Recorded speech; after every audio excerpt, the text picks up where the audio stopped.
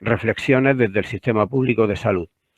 Va a introducir y moderar José Expósito Hernández, que es jefe de Servicio de Oncología Radioterápica del Hospital Universitario Virgen de las Nieves de Granada, y como ponente intervendrá en el orden que voy a presentarlo Miguel Melguizo Jiménez, que es médico de atención primaria en el Centro de Salud de Almanjayar, María Amelia Fernández Sierra, jefa del Servicio de Medicina Preventiva y Salud Pública, también del Hospital Universitario Virgen de las Nieves, José Miguel Pérez Villares, jefe del Servicio de Unidad de Cuidados Intensivos del mismo Hospital Virgen de las Nieves, y José Martínez Olmo, experto en salud pública, profesor de la Escuela Andaluza de Salud Pública.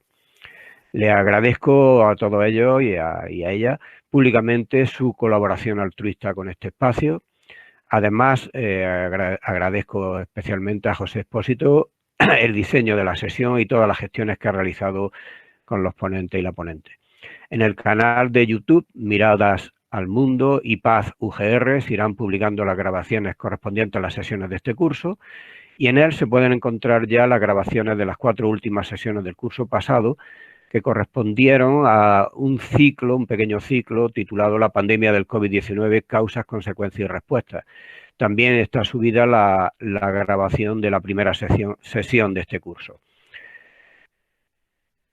Vuelvo a recordaros y pediros, por favor, que silenciéis vuestro micro y desactivad vuestra cámara.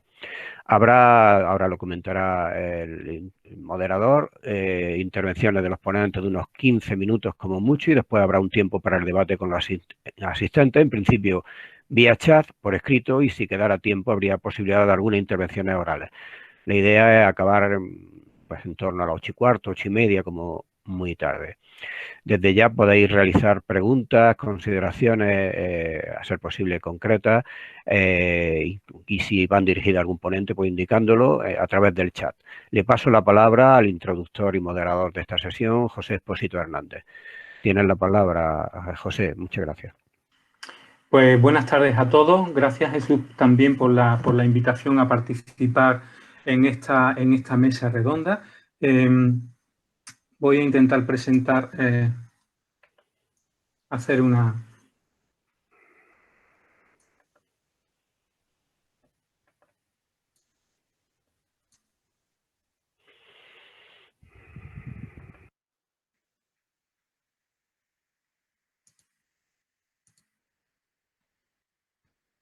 Bien, como ya ha dicho Jesús, ha habido seminarios previos de miradas al mundo dedicados a la pandemia del COVID-19.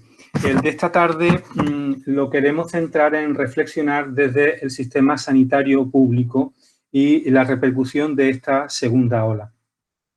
Para centrar el tema, voy a presentarles algunos datos relativos al número de pacientes ingresados en los diferentes hospitales andaluces y en particular en el Hospital Virgen de las Nieves, porque parece que a la postre está siendo uno de los indicadores más robustos para poder medir el alcance de esta epidemia.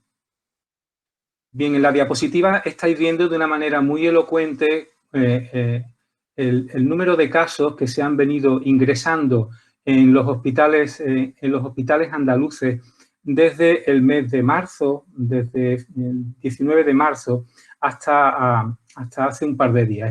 Esta diapositiva corresponde a hace un par de días. Como veis, la primera ola, su repercusión en términos de pacientes encamados acabó a finales de mayo y ya a principios de agosto empezamos a ver un cierto incremento del número de pacientes ingresados en planta y unas semanas después la repercusión de estos ingresos también en las unidades de cuidados intensivos. Podéis ver cómo a partir del 12 de noviembre aproximadamente comienza un descenso en el número de ingresos que todavía no se ha presentado en la unidad de cuidados intensivos. Si veis, la gravedad en términos de número de casos ingresados de esta segunda ola es superior a lo que vimos en la primera ola. Y la repercusión sobre en las diferentes provincias, pues está también clara, ¿no? Y ahí está reflejado también la importancia del número de casos que estamos registrando precisamente en Granada, tanto en casos encamados en Hospital General como en UCI. Esto tiene una repercusión también clara en el Hospital Virgen de las Nieves. Estas diapositivas muestran específicamente ya en nuestro centro el porcentaje, el total de pacientes encamados durante todo este periodo de la primera y segunda ola, así como el número de pacientes encamados en la unidad de cuidados intensivos. Como veis, en ese sentido, esta segunda ola está siendo de mayor dimensión que la primera.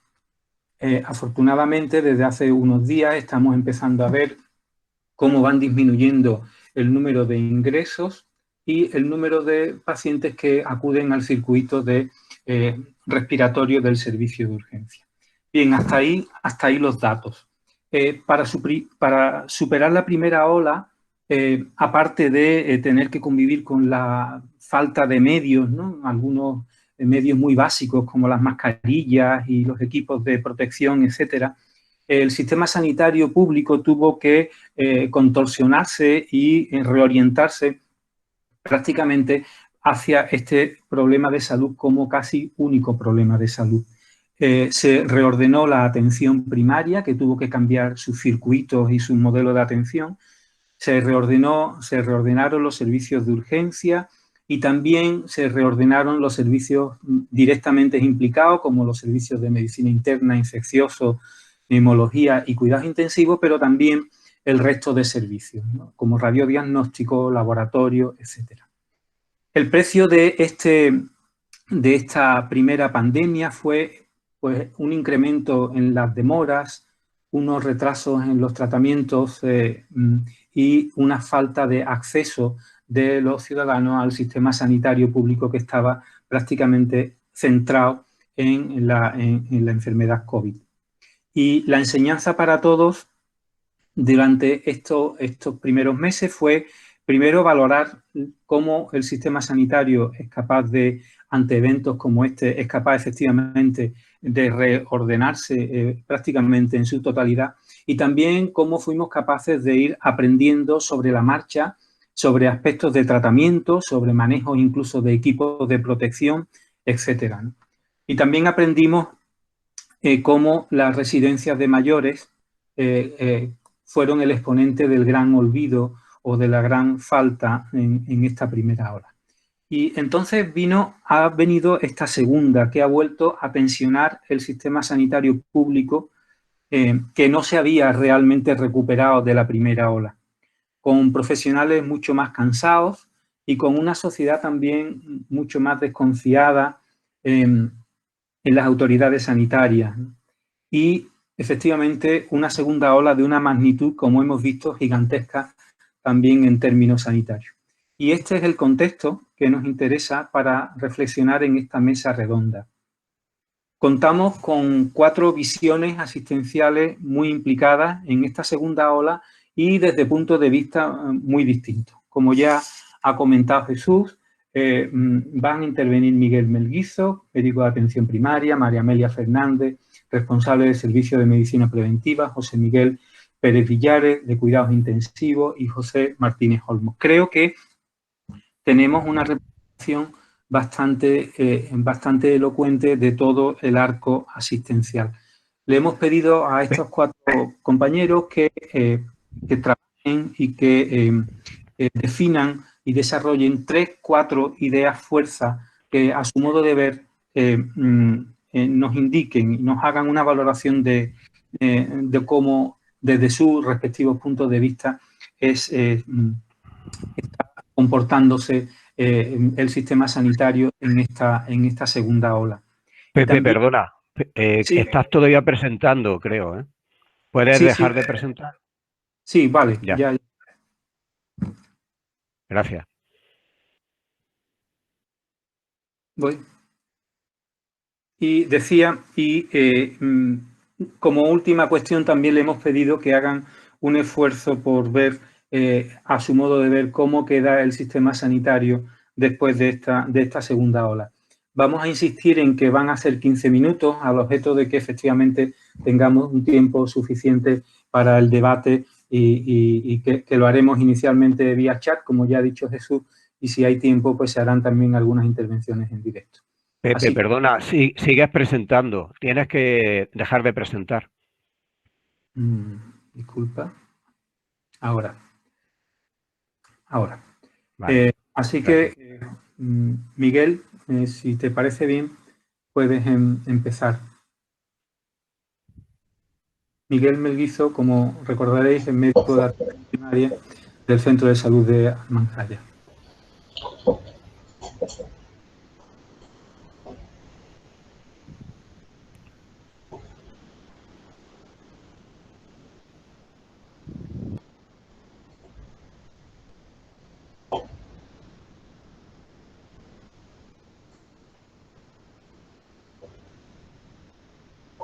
Muy buenas tardes, muchísimas gracias a Jesús por su invitación, muchas gracias al Instituto por dar esta oportunidad y también debo de agradecer mucho la presencia de mis compañeros ponentes, tanto Pepe Expósito como José Miguel, como Pepe Martínez Olmo y Meli, a los que respeto y admiro profundamente. Yo voy a dar una perspectiva, una visión desde atención primaria de cómo se ha visto esta crisis sanitaria en la primera y, bueno, las reflexiones sobre todo en la segunda oleada, que en la que en este momento estamos.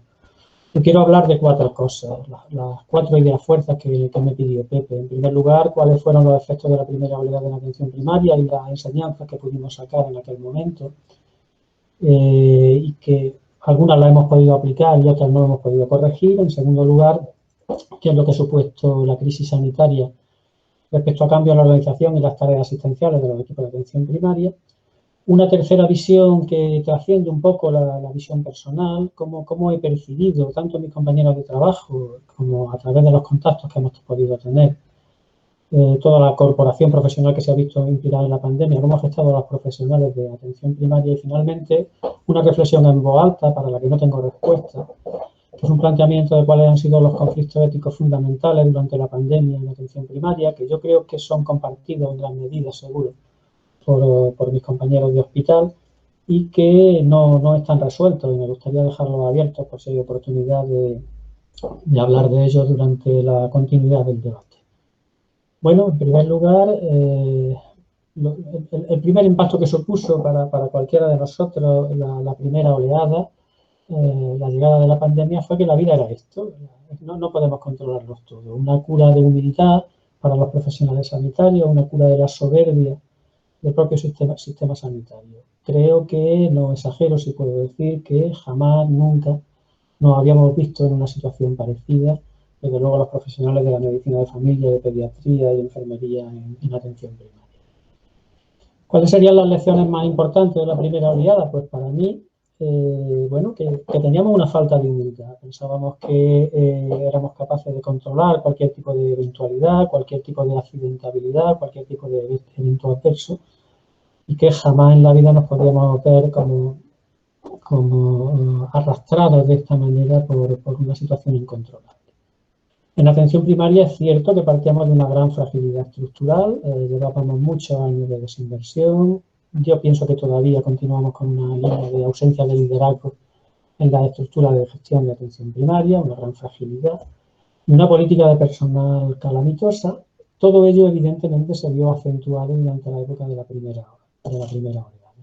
Se vio mucho que no existía suficiente capacidad estructural dentro de los equipos, que no había liderazgo y que bueno, la política era demencial. Y se produjo un fenómeno que fue la pérdida de confianza gerencial, una pérdida de confianza también en las autoridades políticas, un poco como respuesta, como rabia a esa situación de impacto inicial. Luego la cosa se fue atemperando. ¿Qué ventajas, en cambio, tuvimos en atención primaria y qué pudimos hacer bien? Bueno, pues bueno, los equipos de atención primaria tenemos bastante adaptabilidad organizativa, ¿no? Yo creo que quizás de las mejores decisiones, no sé si fue una decisión o fue irremediable que se pudieron tomar en ese momento, fue permitir centrifugar la gestión y que cada equipo pues se gestionara de la mejor manera que pudiera, ¿no? Y yo creo que eso fue muy positivo para nosotros. Los médicos de familia y los pediatras y las enfermeras de primaria tenemos una ventaja, un privilegio, es que somos generalistas, no nos cuesta nada, no nos cuesta mucho adaptarnos a distintas circunstancias, dejar de ver unas cosas para ver otras. Tenemos también la ventaja de la polivalencia, con lo cual no pudimos tener esos problemas de profesionales que se cargan mucho de trabajo y otros que dejan de hacer cosas, lo que trabajamos todo con todo. Luego tenemos también una ventaja, que es una visión como mucho más comunitaria de los problemas, ¿no? Los problemas de salud no los entendemos exclusivamente desde la óptica individual y yo creo que eso nos da un horizonte, creo que es superior para intentar autogestionarlo de forma mucho más rentable para el sistema de salud. Entendimos siempre que tendríamos que tener una visión evidentemente individual de los afectados, pero también teníamos que ir a buscarlos donde se agrupaban, donde se encontraban, a través de las instituciones cerradas, residencias sociosanitarias, agrupaciones y colectivos en los que se agrupa la comunidad que es de nuestra referencia. Nosotros no hemos funcionado tanto en oleadas como con mareas. Nosotros lo que hemos tenido es una pleamar, una marea alta permanente, es decir, no se han producido esos picos que ha comentado Pepe antes a la hora de expresar los indicadores de utilización hospitalaria, sino que nos hemos mantenido en un crescendo prácticamente permanente, algo de descenso los meses de verano y luego permanentemente también es. Eso también ha sido una ventaja para nosotros, pienso que desde mi punto de vista, y bueno, también puede ser un privilegio no tener esos picos tan acentuados, ¿no? Decir que, bueno, que las intervenciones que hemos tenido en esta segunda oleada o de pleamar constante, pues bueno, ha sido la identificación de pacientes, confirmación diagnóstica, evaluación clínica, seguimiento clínico de todos los pacientes cuando eran asintomáticos, sintomáticos, después de su alta del hospital, el rastreo de contactos, las medidas de aislamiento y confinamiento, soporte asistencial de las residencias sociosanitarias e instituciones cerradas. Mi centro de salud, por ejemplo, tiene en este momento 7 tipos de instituciones cerradas que están a cargo nuestro y lo hemos podido llevar bien porque previamente a la pandemia, ya teníamos un sistema de asignación y de responsabilización concreta de médicos y de enfermeras a cada una de esas residencias. No hemos necesitado ni medicalizarlas ni de que vengan recursos externos. Desgraciadamente, yo pienso que el relato de esta pandemia ha sido muy hospitalario. Bueno, es lo que tenemos y quizás lo que más se haya podido valorar, o menos en caso de fracaso, ha sido nuestra función quinta, que era la de contención de paso de hospital, que no era para nada una función fácil, ¿no? Se trataba de conocer en qué momento debíamos de trasladar a los pacientes que necesitaban atención hospitalaria, saber cuáles sí y cuáles no, y saber también en qué momento era el adecuado, para que no fueran ni precozmente ni fueran posteriormente a su necesidad. Bueno, ya conocen este gráfico del iceberg de la pandemia. Nosotros hemos estado por debajo, nosotros hemos estado intentando seguir, hacerlo lo mejor posible en pacientes asintomáticos, sintomáticos, pacientes complejos, pacientes que no podían desplazarse al hospital y que tenían que estar o bien en domicilio o bien en residencia sociosanitaria. Lo que hemos intentado sobre todo es facilitar la ordenación asistencial. Yo estoy seguro que sin la intervención de atención primaria hubiéramos convertido a nuestros pacientes, hubiéramos convertido determinados espacios del sistema hospitalario y de la residencia sanitaria en auténticos campos de refugiados. Hemos conseguido que el flujo hacia esos espacios, en el caso de la residencia, con la intervención directamente de primaria, haya sido un flujo más o menos ordenado, haciéndolo lo mejor posible. Ya saben que andamos aproximadamente con 14-21 días.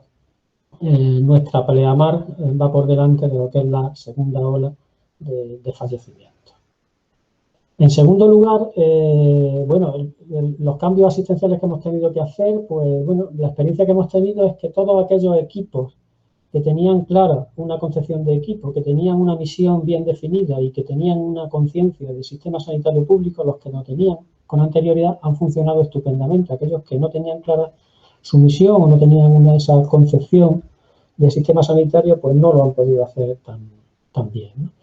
Nosotros hemos trabajado con el modelo de autogestión y de intentar compatibilizar lo que es la asistencia a los efectos derivados de la pandemia con la asistencia al resto de patologías. Nosotros agrupábamos una visión muy elemental, pero que nos sirve como gráfico.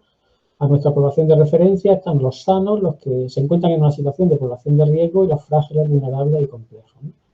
y hemos tenido que hacer cambios organizativos y cambios de tareas asistenciales. Hemos tenido que buscar un efecto de multiplicación de contactos telemáticos a través de email, WhatsApp, contactos telefónicos, para evitar al máximo posible la concentración de pacientes en lo que es el recinto del centro sanitario, pero hemos mantenido siempre desde el primer momento la continuidad asistencial, nunca ha llegado a desaparecer. Hemos incrementado paradójicamente, y tenemos nuestros datos, la actividad domiciliaria, porque entendíamos que existía un grupo de población entre los que podemos encontrar a frágiles, vulnerables y complejos que no podían salir de su domicilio, y hemos trabajado mucho la polivalencia profesional. Y hemos tenido que cambiar las tareas asistenciales, ¿no? Fundamentalmente volcado en la vulnerabilidad, ¿no? Atender sobre todo la vulnerabilidad desde el punto de vista clínico y social, y apoyarnos mucho en las instituciones cerradas, instituciones de residencias sociosanitarias, de ancianos, de órdenes religiosas, de discapacitados, centros de inserción, centros de refugiados. Y hemos hecho la principal autocrítica, ¿no? ¿Cuáles eran nuestras zonas de alto riesgo? Nuestras zonas de alto riesgo han sido estas tres, ¿no? Si realmente esta reorganización y este cambio de tarea ha podido suponer una limitación de accesibilidad para usuarios y pacientes, si no hemos logrado hacer visibles las patologías crónicas y frágiles, ¿no? Si hemos pecado de invisibilidad y si hemos desembocado en un modelo de despersonalización de la atención, ¿no? Por lo menos el tener claras cuáles eran nuestras zonas pecaminosas, ¿no? Nos ha intentado identificar que podemos superarlas, ¿no? Decir que las pandemias y las crisis sanitarias pues provocan grandes desigualdades y grandes inequidades. Yo trabajo en la zona de Almanjayar, que no es la más privilegiada de Granada, entonces esto es como muy visible, ¿no? Esta situación de crisis sanitaria puede provocar grandes inequidades entre los más enfermos, los más pobres, los más abandonados y las edades extremas que suelen ser la infancia y los ancianos, ¿no? Entonces hemos tratado de luchar contra el modelo descrito por Theodor Hart de la ley de cuidado inverso, ¿no? Porque desgraciadamente todavía corremos el peligro de que las personas poco enfermas, con más capacidad económica, con más redes sociales sean las que requieren mucha atención, y en cambio aquellas que tienen más desigualdades son las que ya no quedan ni tiempo ni recursos. Para que una pandemia o una crisis sanitaria provoque la menos inequidad posible es necesaria una intervención clara de primaria. De la misma manera que en pandemia y crisis sanitaria, pues hay que tener una perspectiva que supere la visión individual, el problema único personal de cada una de las personas, ¿no? Salvar vidas, pero también salvar comunidades. Nosotros hemos querido tener una visión comunitaria porque entendíamos que nadie se salva si todos no estamos a salvo, ¿no? La solución no son soluciones individuales, no es que tengamos todo un hueco en la UCI para cuando nos pongamos enfermos, sino tener una perspectiva mucho más amplia, mucho más preventiva. ¿Cómo ha afectado esto al profesionalismo en atención primaria? Pues yo sigo pensando que el profesionalismo es un territorio muy inexplorado, desgraciadamente. De la misma manera que le pedimos a los jueces que sean equilibrados y ponderados, que a los políticos que sean prudentes, que le pedimos a los profesores que asuman una gran responsabilidad porque ponemos en sus manos a nuestros hijos, a los militares que sean disciplinados, a los bomberos que sean valientes, pues le tenemos que pedir también algo a los profesionales sanitarios. Estos son valores que debe de proteger la sociedad en su conjunto. Y no sé si se ha logrado. Lo que sí está claro que al menos en la primera pandemia hubo una respuesta del profesionalismo sanitario envidiable, que yo definiría en tres elementos. Por una parte, se creó una generación de conocimiento ante enfermedades desconocidas con redes propias de difusión de los propios profesionales. Hubo una respuesta organizativa autogestionada, yo creo que envidiable también, por parte tanto de los equipos de atención primaria como de los servicios hospitalarios, fundamentalmente aquellos más afectados, como la unidad de intensivos, respiratorio y medicina interna. Y yo creo que hubo una apuesta ética de profesionalidad trasladada en la idea de dedicación, de generosidad y de no abandono. Yo eso lo viví personalmente, lo he vivido con mis compañeros y me consta que ha existido en otros ámbitos asistenciales. Desgraciadamente hay algo que parece que todavía tiene una connotación negativa y es esta apelación al profesionalismo médico. Yo creo que se tiene todavía la idea de que el profesionalismo es algo muy antiguo, el modelo antiguo basado en el paternalismo, una perspectiva exclusivamente individual, una situación de privilegio y un control gremial, cuando no puramente un clasismo. Pero yo creo que esta pandemia nos ha hecho evidenciar que existe un nuevo profesionalismo centrado en los derechos del paciente, en una sociedad más justa, que afecta al control jurídico, que tiene un soporte ético y deontológico tradicional, que entronca con el antiguo profesionalismo y que busca la excelencia a través del conocimiento científico. Y es una pena que no se intente aprovechar esa excelencia del profesionalismo médico, porque desgraciadamente la política de personal en esta pandemia ha sido muy desgraciada. Desde el Real Decreto que publica el Gobierno el 29 de septiembre, donde mezcla el teletrabajo con la posibilidad de contratar a profesionales que no tienen titulación y bueno, poco menos que apelar a una política de reubicación de especialidades y lugares de trabajo totalmente injustificada, a la propia, al propio dictamen en el boletín oficial de la Junta de Andalucía, del Gobierno andaluz, en que ya dobla la apuesta del Ministerio de Sanidad. Entonces, poco menos que nos militariza a todos los profesionales sanitarios, ¿no? Permitiéndonos restringir cualquier tipo de autorización y de permiso. Y luego la propia actitud de las estructuras gerenciales, pues yo creo compartir que la mayoría de los profesionales estamos bastante descontentos con su gestión de la pandemia. Sigue habiendo, durante incluso la pandemia ha habido una ausencia de oferta de retención de médicos jóvenes. Se ha seguido manteniendo los contratos temporales de eventualidad, la movilidad de los profesionales, incluso la ejecución en plena pandemia de los procesos de acoplamiento, traslado y oferta pública de empleo. Todo totalmente injustificable. ¿Qué conflictos éticos no ha planteado la pandemia en primaria? Pues bueno, pues yo señalo 3 fundamentalmente y que yo para nada tengo resueltos, ¿no?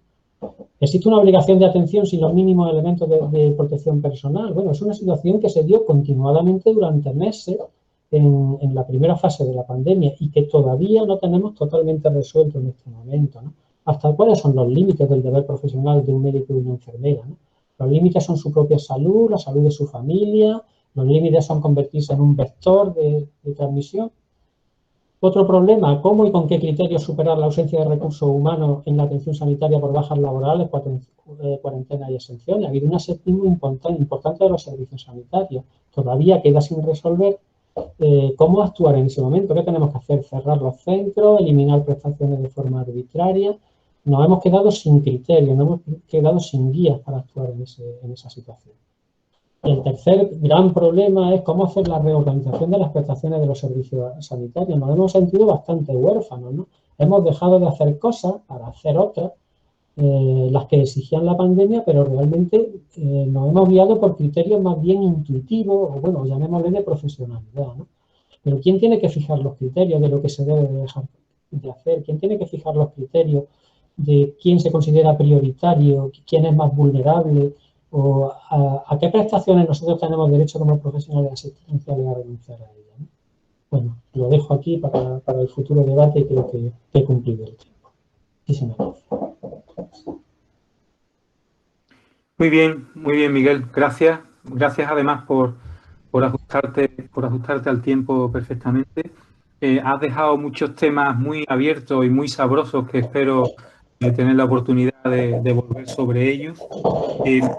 A continuación va a tomar la palabra a Amelia Fernández Sierra, que es responsable del Servicio de Medicina Preventiva y Salud Pública del Hospital Universitario Virgen de las Nieves. Amelia, cuando quieras. Buenas tardes. ¿Me oyen? ¿Me oyen? Sí, se oye perfectamente. Vale, ok. Bueno, gracias primero a Jesús Sánchez Cazorla y a Pepe Espósito por darnos esta oportunidad de contaros un poco cómo hemos vivido, no sé si la palabra vivido o sufrido esta pandemia, primera ola, segunda ola, próxima ola.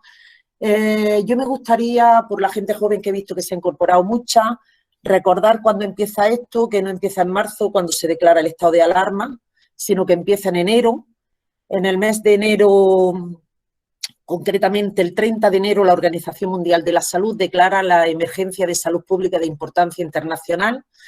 Y decimos, ¿qué es esto? Pues esto es algo que se daba muy pocas veces, que desde el año 2005, en el que se renueva el Reglamento Sanitario Internacional, se declara 5 veces.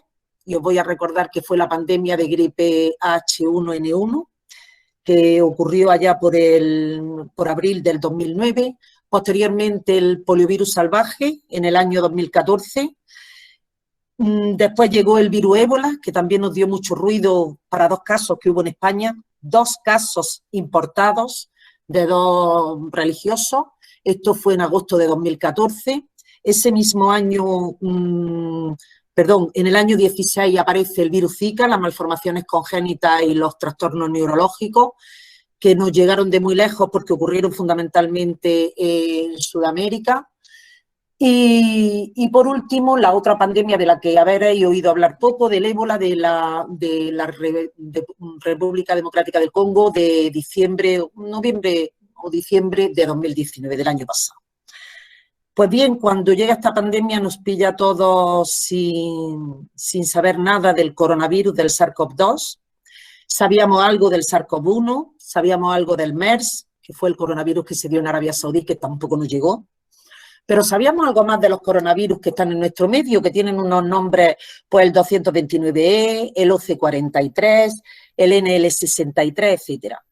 Deciros que en principio pues consideramos, o nos dicen, o la comunidad científica, la evidencia científica nos dice que es un coronavirus que produce una infección respiratoria aguda, que los síntomas iniciales venían siendo la tos, la disnea y la fiebre fundamentalmente, y que luego empiezan a sumarse y a conocer otros síntomas más generales o atípicos, incluso como puede ser la tan conocida anosmia o agiousia.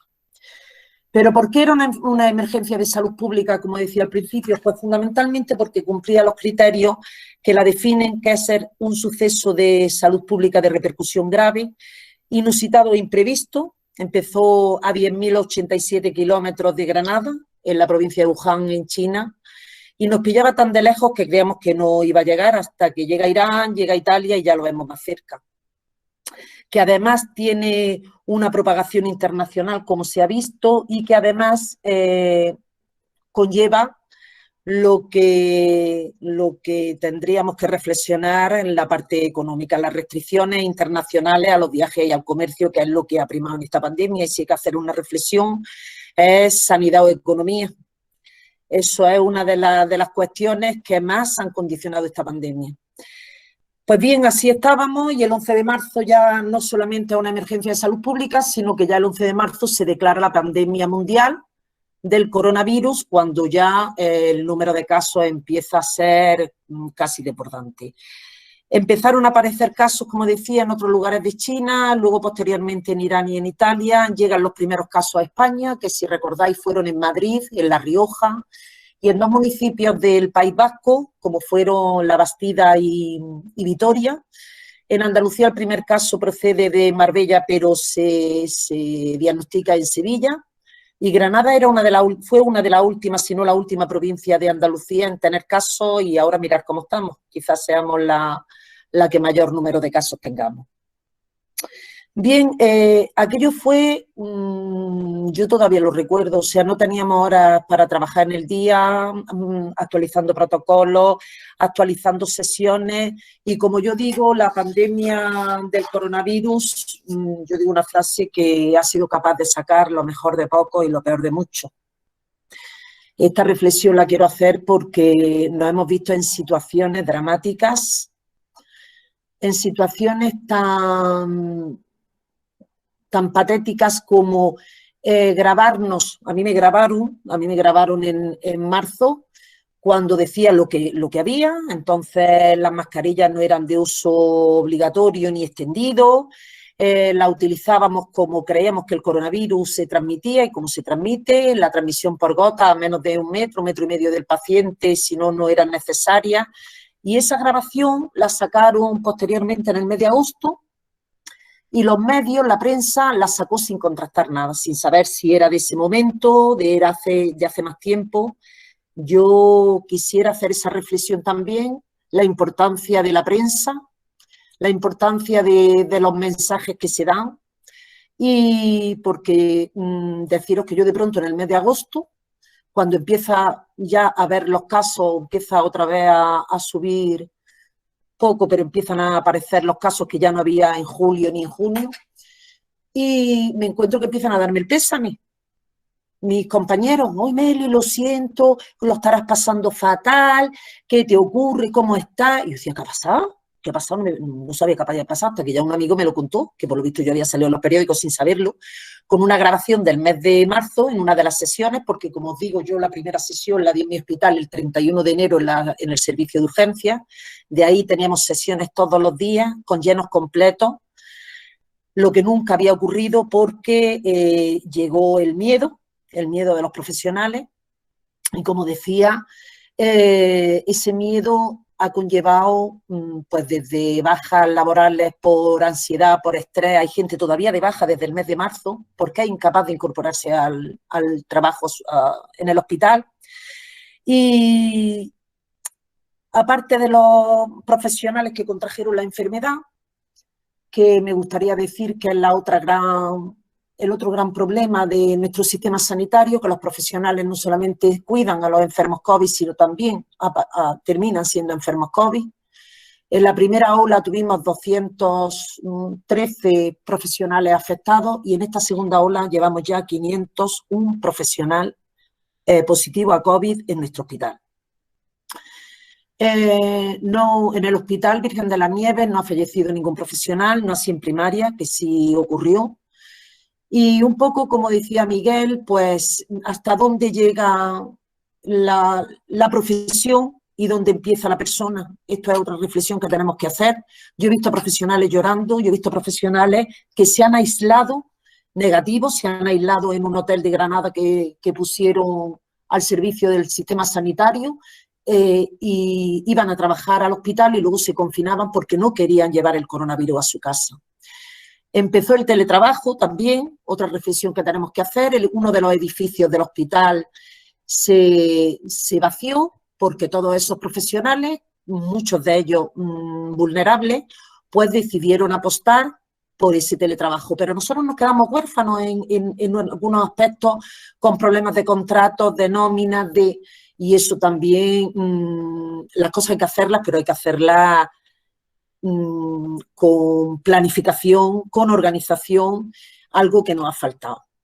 Desde el Servicio de Medicina Preventiva, aparte de todas estas múltiples sesiones y dando la medida de prevención que íbamos modificando conforme el conocimiento iba avanzando, llegaron las pruebas diagnósticas, la famosa PCR. Todo el mundo quería una PCR, tuviera síntomas o no tuviera síntomas, porque todo el mundo, yo es que tengo niños chicos, yo es que tengo mis padres mayores, y empezamos a hacer PCR. Mirar en el hospital, cuando Pepe Expósito, un poco de los números, somos 6.277 profesionales, es la empresa granadina más grande, con mayor número de profesionales, y 3.729, un 60%, se hicieron en algún momento, se han hecho una PCR. Hemos tenido, ya dicho, en lo que es la pandemia, 700 profesionales positivos, aproximadamente un 12-13% de la plantilla.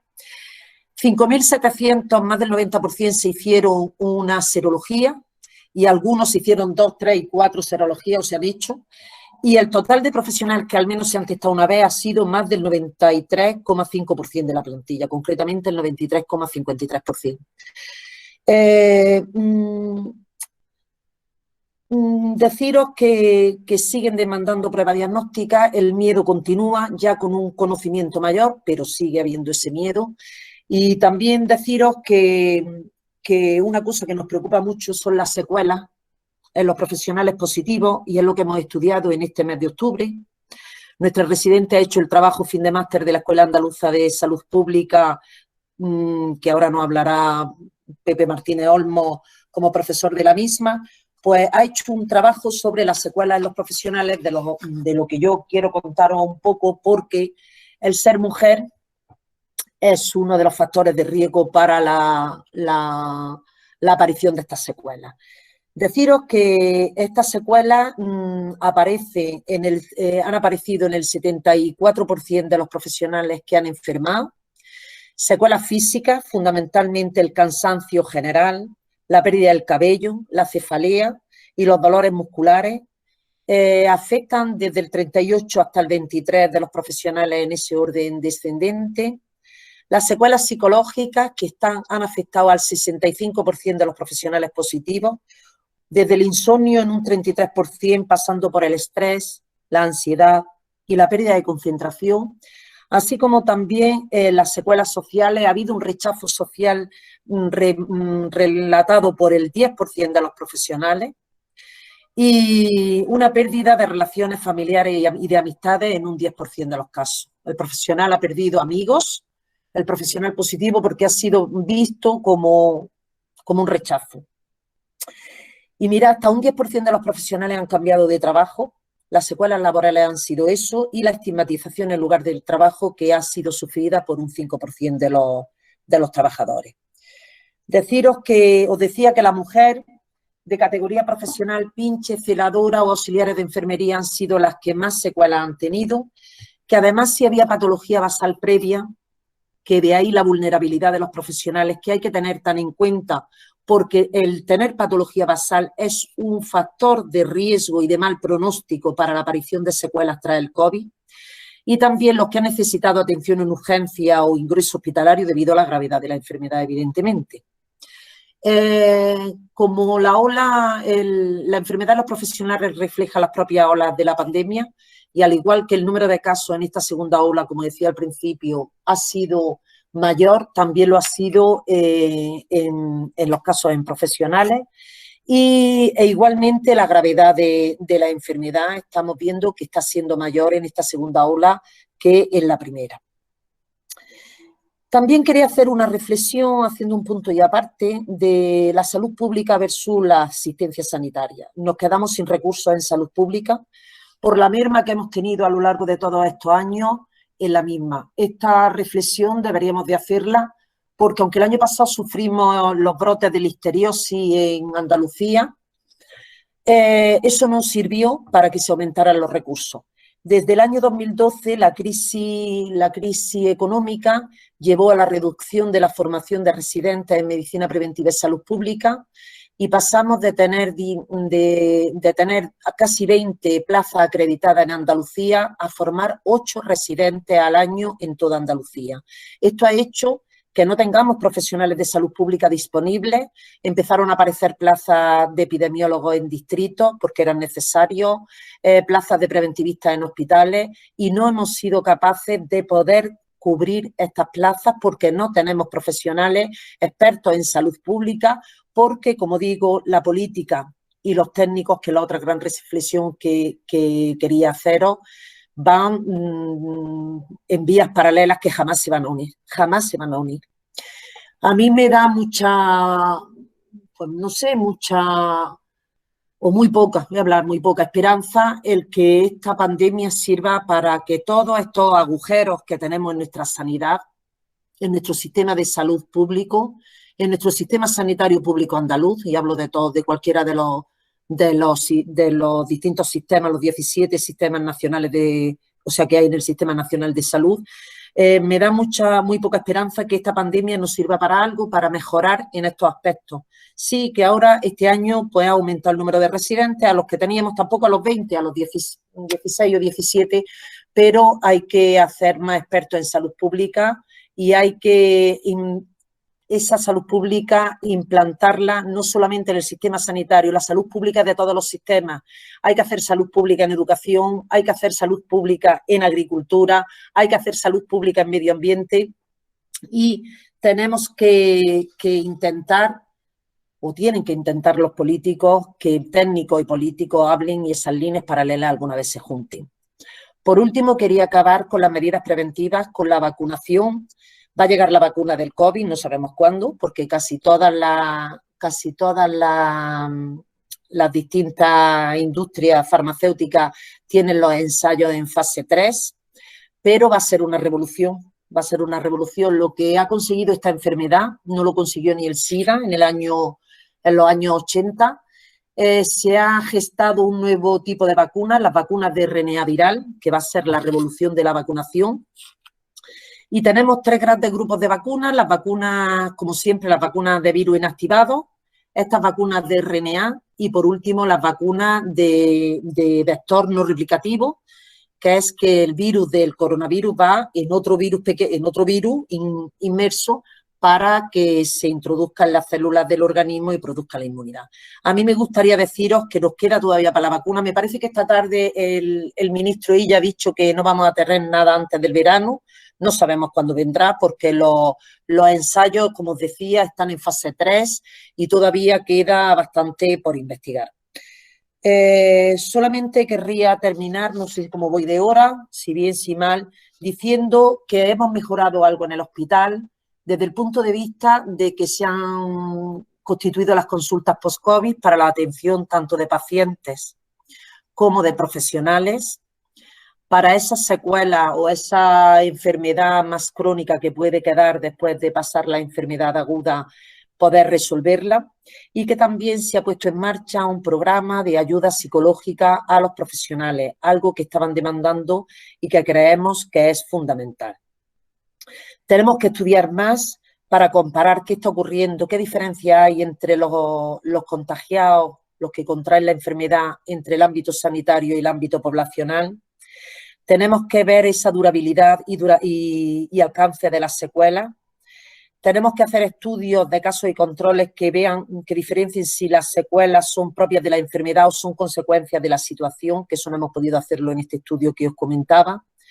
Y debemos hacer también estudiar la repercusión que tienen las vacunas, porque nunca se ha ocurrido tanto como se está ocurriendo ahora. Pensar que una vacuna tardaba de 8 a 10 años en producirse y se están produciendo vacunas, bueno, pues en lo que llevamos de año o menos.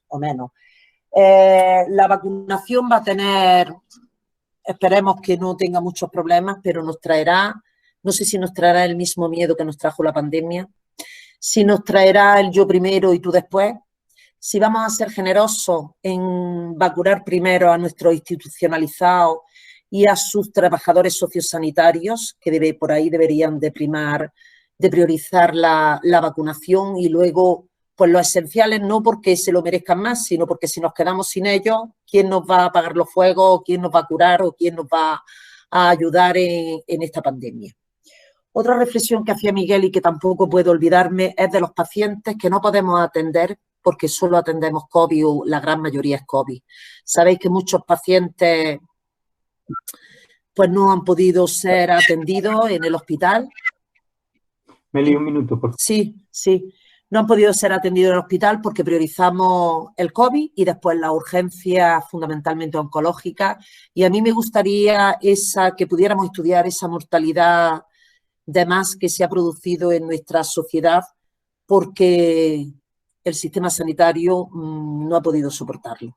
Con esto me despido, queriendo ser positiva porque va a llegar la vacuna antes que después, esperemos, y que esta vacuna sea eficaz y acabe con esta pandemia. Muchas gracias. Muchas gracias, Meli. Un minutillo, pero bueno, perfecto. Espero que haya tiempo después para muchas de las cuestiones que has planteado, que son muy jugosas y que merecen charlar sobre ellas. Bien, a continuación, José Miguel Pérez Villares, responsable del Servicio de Cuidados Críticos del Hospital Universitario Virgen de las Nieves. José Miguel, adelante. Hola, buenas tardes.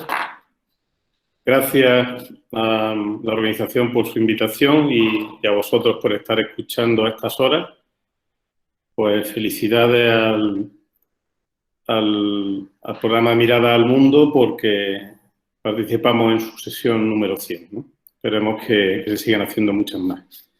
No he preparado un PowerPoint pues porque no tengo tiempo material. Estoy con Pepe y con Meli en el hospital pues intentando hacer nuestro trabajo y disculpadme si no recurro a otros medios positivos, pero bueno, tengo unas notas e intentaré ceñirme el tiempo y ser ordenado. Voy a empezar haciendo alguna reflexión o alguna descripción de conceptos, luego alguna reflexión organizativa y luego voy a intentar contaros el día a día en una unidad de cuidado intensivo bajo los efectos de la pandemia. Yo creo muy importante que la gente, bueno, sabéis que todos los españoles saben de fútbol y saben de política, aunque no hayan estudiado ninguna carrera relacionada, ¿no? Y ahora mismo pues todos sabemos de salud pública, de catástrofes, de epidemiología, pero la prudencia invita a estudiar un tema antes de hablar de él. Yo creo que es muy importante que la gente sepa lo que es una catástrofe, aunque sea una palabra que estén evitando continuamente pues, nuestros representantes políticos. Y estamos en una catástrofe, porque una catástrofe es una desproporción entre los recursos y las necesidades, y en ese es el escenario en el que estamos. Pero no solo es importante conocer qué es una catástrofe, es que hay que ser conscientes de que estamos en ella. Hay gente que seguro que se sabe la definición de catástrofe, pero no es consciente, no acepta, no se entera de que estamos en una catástrofe. Y si no se da ese paso, pues es muy difícil entender muchas cosas y es muy difícil cambiar todo lo que sabíamos de gestión a este nuevo escenario. O sea, si funcionamos en catástrofe igual que en no catástrofe, mal vamos. Y esto ha sucedido con más frecuencia de la que debiera. Solamente a modo de ejemplo, un principio básico de la gestión de catástrofes, en base a esa desproporción entre los recursos y las necesidades, es el agrupamiento. No podemos inventarnos hospitales fuera del hospital si los profesionales están en el hospital y no tenemos más profesionales. No podemos desagregar, repartir. Lo que hay que hacer es agrupar. No obstante, a nivel ya más macro, la primera decisión que hay que tomar es si ponemos primero la salud y la economía después o al revés. Si la salud es lo primero, tendremos ahí unas políticas más de erradicación que políticas de convivencia. Porque las políticas de convivencia ya no he puesto Pepe en las gráficas, lo que conlleva con el machaque de la primaria, el desbordamiento de la primaria y en una segunda oleada el machaque y el desbordamiento de los hospitales. Por lo tanto, es muy importante tomar las decisiones a tiempo. Si esas decisiones no las tomamos a tiempo, el número de casos se dispara. Y hay que focalizar, o mejor dicho, no focalizar. Esta pandemia no corresponde a un grupo social. No tenemos que buscar culpables. Lo que hay que buscar es soluciones. Y en ellas, una importante de la que se está hablando desde el principio, pero no se aceptó y ahora parece que ya se reconoce de un modo más universal, es el papel del contagio en interiores y del papel de los aerosoles, más allá del de las gotas. En cualquier caso, eso una vez que llega al hospital, nos rompe el modelo de hospital. O sea, hace un año todavía estamos hablando del nuevo modelo de hospital, de la corta estancia, de la hospitalización de corta estancia, del hospital de alta resolución, de que la gente tiene derecho a una habitación individual y un cuarto de baño para ellos solos en el hospital. Bueno, todo eso se nos ha venido abajo, porque aunque todos esos conceptos son conceptos interesantes, pero es que además ahora mismo necesitamos 200, 300 o 400 camas para hospitalizar pacientes. Como en el siglo pasado, pabellones donde metemos a pacientes con neumonía, porque es que si no, los metemos ahí, no hay otro sitio donde meterlos. Entonces, el modelo de hospital ha cambiado y debiéramos pensar que para el futuro sigue manteniéndose ese cambio. Es decir, que habrá que mantener parte de lo que definíamos o creíamos como el nuevo modelo de hospital, pero hay que incluir también la capacidad de atender a centenares de pacientes con procesos infecciosos que necesitan soporte respiratorio. Para ello hace falta colaboración multidisciplinar. Y esto es una cosa que hemos aprendido y que hemos desarrollado desde el principio. La enfermedad no es de los neumólogos, no es de los infectólogos, no es de los urgenciólogos, no es de los intensivistas, no es de los anestesiólogos, es de todos. Volvemos al concepto inicial de catástrofe y del agrupamiento. El agrupamiento de recursos materiales y el agrupamiento de recursos humanos. No voy a hablar de la telemedicina porque ya lo ha comentado Meli, lo ha comentado también Miguel, pero ha sido un papel y sigue desempeñando un papel muy importante. En nuestro ámbito, por las propias características del trabajo en medicina intensiva, no tanto.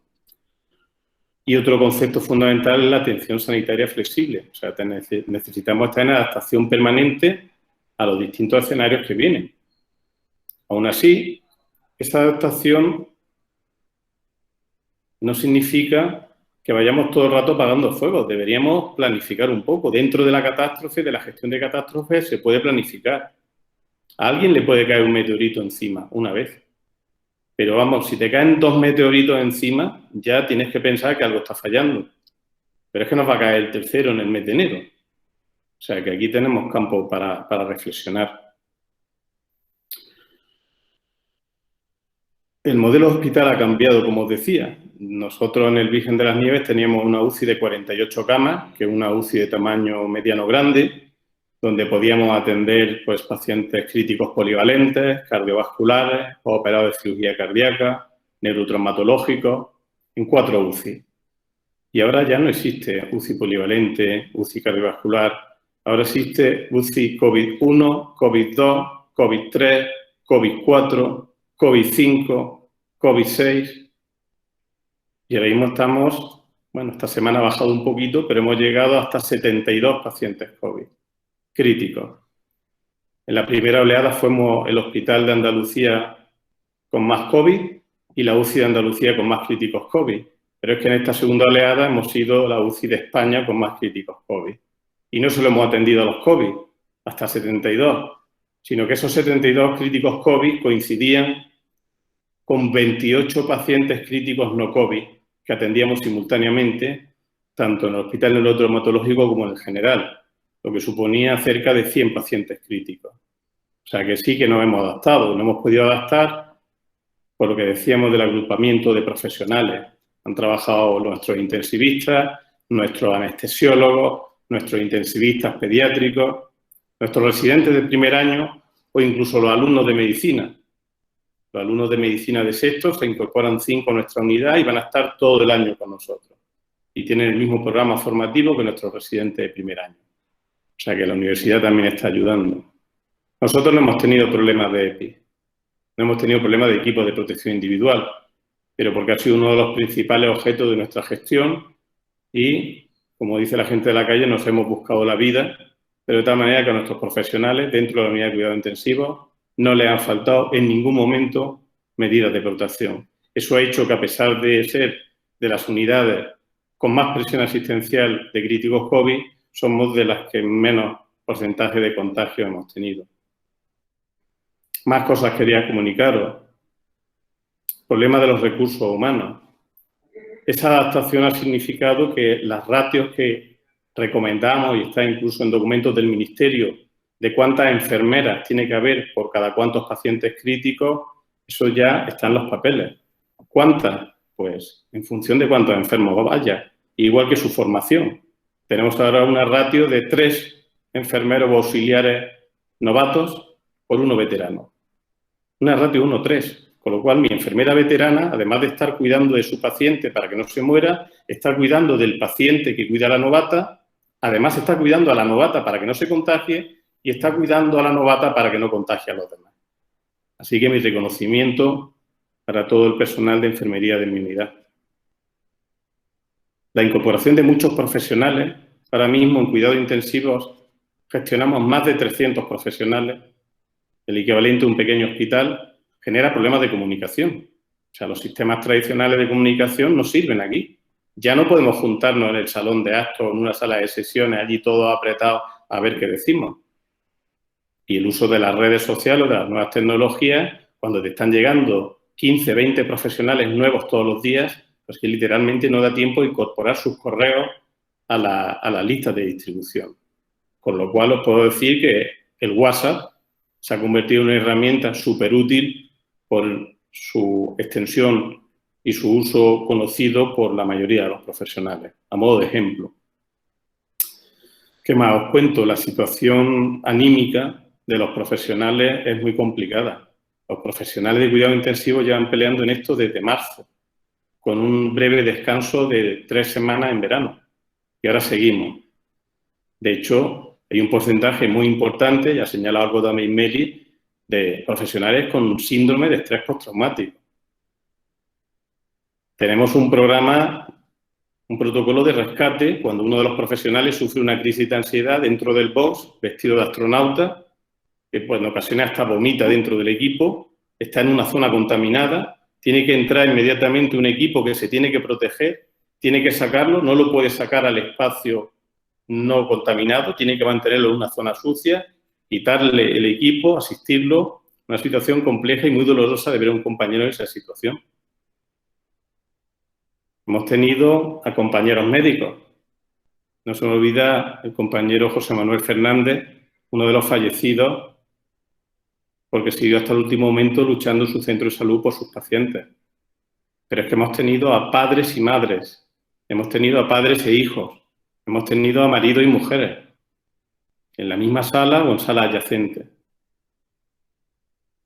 Un problema de comunicación importante. Estos pacientes no pueden recibir visitas, aun cuando salgan de la situación de gravedad, porque tenemos que protegernos de las visitas. Y eso genera un problema de incomunicación que solventamos pues, con el uso de los dispositivos móviles de los pacientes,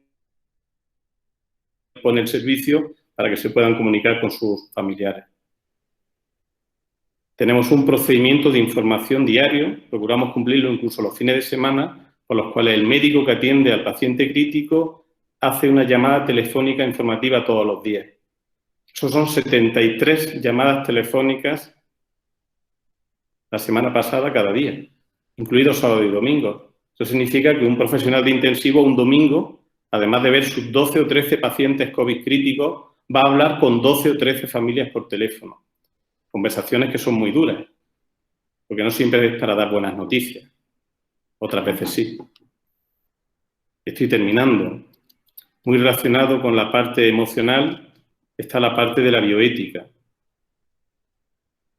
En este hospital, en el Virgen de las Nieves, no se le ha negado una cama a nadie por razones de edad y por falta de recursos.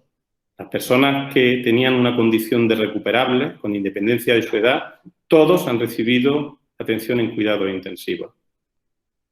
Pero no ha sido fácil. No ha sido fácil. Ha habido que repasar los criterios de ingreso, hacer grupos de trabajo con los equipos COVID de las plantas o con unidades especialmente complejas como hematología para tener actualizado la situación de recuperable o no recuperable en cuanto a ingreso en intensivo de todo y cada uno de los pacientes. Y a veces a las 3 de la mañana, entre los dos médicos de guardia, las decisiones no son fáciles. Y hemos hecho ese esfuerzo además intentando... No ha sido preciso, que no quiere decir que no lo sea en un futuro, evitar el traslado de nuestros pacientes a otros hospitales. Nosotros hemos recibido pacientes de hospitales de otras provincias, de Almería, por ejemplo, para poder ofrecerles circulación extracorpórea en situaciones de insuficiencia respiratoria muy severa. Hemos recibido pacientes de hospitales comarcales, de la UCI de hospitales comarcales de nuestra provincia. Hemos recibido pacientes de la UCI de hospitales privados de nuestra provincia. Y hemos recibido pacientes de nuestros vecinos del hospital clínico. Pero trasladar a un paciente a otro hospital, imaginaos a otra provincia, decirle a alguien que su marido lo vamos a trasladar a la UCI de Torrecárdenas y él está aquí y están confinados y ya conoce este hospital y conoce al médico que le llama por teléfono y ahora lo vamos a trasladar a otro hospital. No es deseable, pero desde luego, si es necesario para conseguir que nadie se quede sin los cuidados críticos que merece, lo haremos. Y hemos tenido el problema también que ha señalado Meli de la atención COVID y no COVID, que hemos podido solucionar a expensas del esfuerzo de nuestros profesionales. Como digo, en el pico máximo que tuvimos hace 3 días teníamos 100 pacientes críticos, pero 28 eran no COVID y también le hemos atendido. Y hemos seguido haciendo trasplantes, porque el que está en lista de espera de trasplantes es porque le queda menos de 1 año de vida. De hecho, en estos momentos estamos ha habido una donación y se va a hacer trasplante a pesar de la situación en la que nos encontramos. Y hemos intentado mantener al menos una cirugía cardíaca al día. De 2 y hasta 3 que podíamos hacer, mantener una, porque esos pacientes también hay que atenderlos. En fin, no sé si os estoy cansando, pero quería trasladaros, aparte de las reflexiones iniciales, un poco la visión de cómo impacta en la gestión del día a día de una unidad de cuidado intensivo esta pandemia. Muchas gracias. Muy bien, José Miguel. Pues gracias también por la intervención, por ajustarte también al tiempo. Y por último, Pepe Martínez Olmos. A ver si nos da tiempo para poder sacarle más jugo a todas estas intervenciones. Pepe, cuando quieras. Gracias. Gracias. Bueno, escuchando... Primero, quiero agradecer la invitación. Me parece que reflexionar sobre esta catástrofe, como lo ha citado José Miguel Pérez, es importante, ¿no? Y escuchando a José Miguel Pérez, yo creo que reafirmo una de las preocupaciones que tengo desde el principio con esta pandemia. Desde la perspectiva de salud pública, una enfermedad nueva que genera incertidumbre, genera miedo, genera daño en la salud.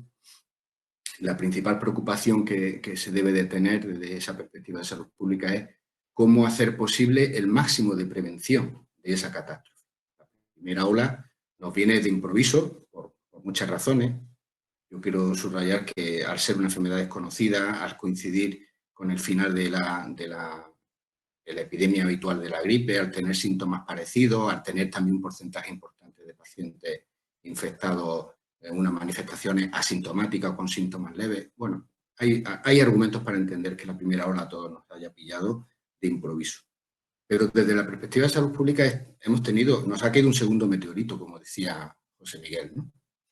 Y no solamente nos ha caído, voy a poner cifras a los casos que han afectado y que están afectándose por el contagio de la COVID-19, sino al sistema sanitario, a las personas que tienen otras enfermedades, a los profesionales, a los centros, a la moral de los profesionales.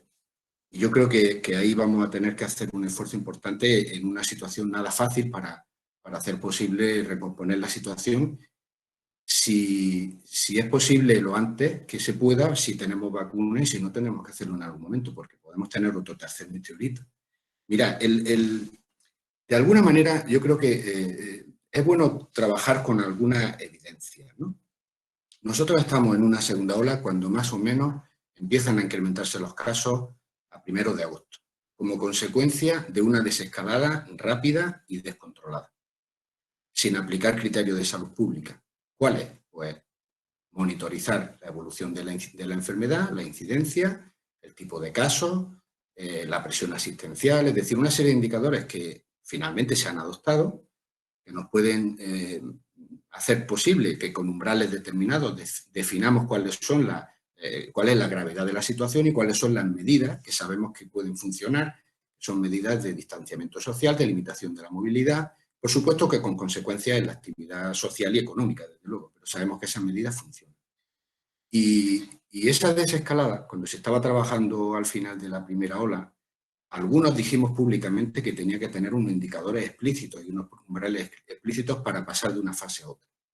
Bueno, no se hizo así, llegamos a una situación en la que, por razones que ahora no merece la pena citar, pues la incidencia baja y con poca trascendencia sanitaria, pero empezamos en agosto a subir la incidencia y llega el otoño, llega la vuelta al colegio, la vuelta de las vacaciones y la vuelta a la entrada a la universidad y bueno, tenemos lo que es un pedazo de ola, ¿no? Porque, fijaros, si nosotros analizamos en España desde el 14 de agosto aproximadamente, que empieza ya a notarse ese incremento de la incidencia hasta hoy, pues hemos tenido, por ejemplo, en el número de fallecidos, 15.400, de los cuales 10.000 de esos 15.000 se han producido en las 30 días que llevamos del estado de alarma vigente.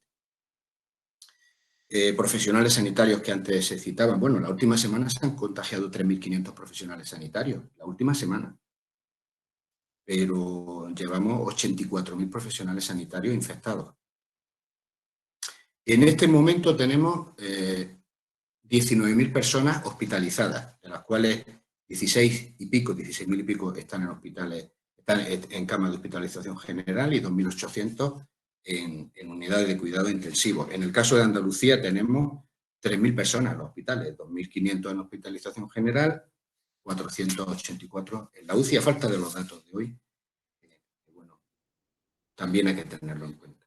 Es decir, es una catástrofe absoluta, una catástrofe que está impactando en la salud, que está impactando en la economía, y desde el punto de vista de salud pública, como decía al principio de mi intervención, la primera pregunta que nos tenemos que hacer es si esto se podía haber minimizado. Evitado no, porque yo no soy de la opinión de que esto se pueda evitar 100%, pero minimizar el impacto yo estoy convencido que sí. De hecho, hay aproximaciones a cuál podría ser el impacto que habríamos tenido si en lugar de tomar la decisión de concretar el estado de alarma actual en la forma que la hemos concretado, hubiésemos ido a un confinamiento estricto durante 4 semanas. Seguramente hubiese sido menor. Bueno, pues yo comento esto porque de alguna manera siempre es razonable valorar cómo podemos hacer las cosas mejor. Y desde ese punto de vista, si no viene el milagro en forma de vacuna inmediata, inminente y capaz de llegar al 100% de la población que se tenga que vacunar, pues lo más probable es que sigamos corriendo el riesgo de una tercera ola. Porque para que se evite esa tercera ola, en caso de no tener un tratamiento eficaz o no tener acceso a la vacuna o no poder tener el máximo posible de personas vacunadas, necesitamos adoptar medidas vinculadas al crecimiento de la incidencia, medidas de distanciamiento social. Necesitamos reforzar de verdad con profesionales para el rastreo nuestros equipos para poder hacer las decisiones que permiten cortar la cadena de contagios cuando hay brotes. Necesitamos reforzar de verdad con profesionales y con recursos la atención primaria. Y eso en general no se ha hecho, no se está haciendo en general. Por lo tanto, el riesgo de una tercera ola es una de las preocupaciones más importantes que se pueden tener desde la perspectiva de salud pública. Y todo esto no niega el que podamos hacer una valoración más positiva de cómo van evolucionando los datos a raíz de la toma de decisiones que se comienzan a hacer aproximadamente hace un mes con la declaración del estado de alarma. La incidencia va bajando, pero ahora mismo, con el semáforo de indicadores que finalmente y de umbrales que finalmente aprobó el Consejo Interterritorial tarde, mediados de octubre, aplicando ese semáforo, la práctica totalidad del territorio nacional, salvo pocas excepciones, están en alerta máxima.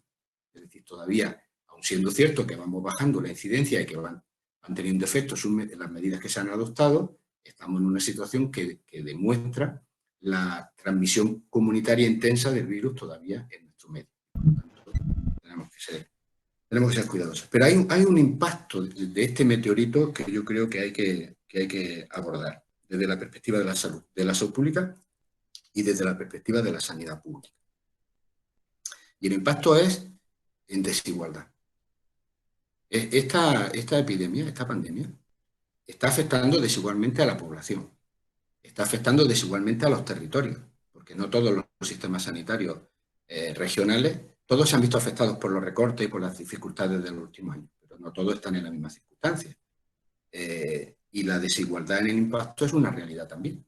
No solamente desde el punto de vista de cuántas personas están siendo infectadas por la COVID-19, sino qué impacto está teniendo la necesidad imperiosa de priorizar la atención sanitaria en la COVID-19, en otras patologías y en otros elementos de funcionamiento del sistema sanitario, que para reponer ese daño sanitario, daño también en muerte. Tenemos una aproximación con el sistema del MOMO de un añadido de mortalidad atribuible indirectamente a la COVID-19 que nos hace pensar que también en mortalidad estamos teniendo daño, pero para reponer eso vamos a necesitar un esfuerzo de recursos, de planificación de acciones, que si no se hace con criterios de equidad, pues se hará con criterios desiguales. Y por lo tanto, o no se hará igual, y por lo tanto nos podemos encontrar que el día que hagamos el balance del impacto en salud, no solamente en términos de COVID-19, sino en otras patologías,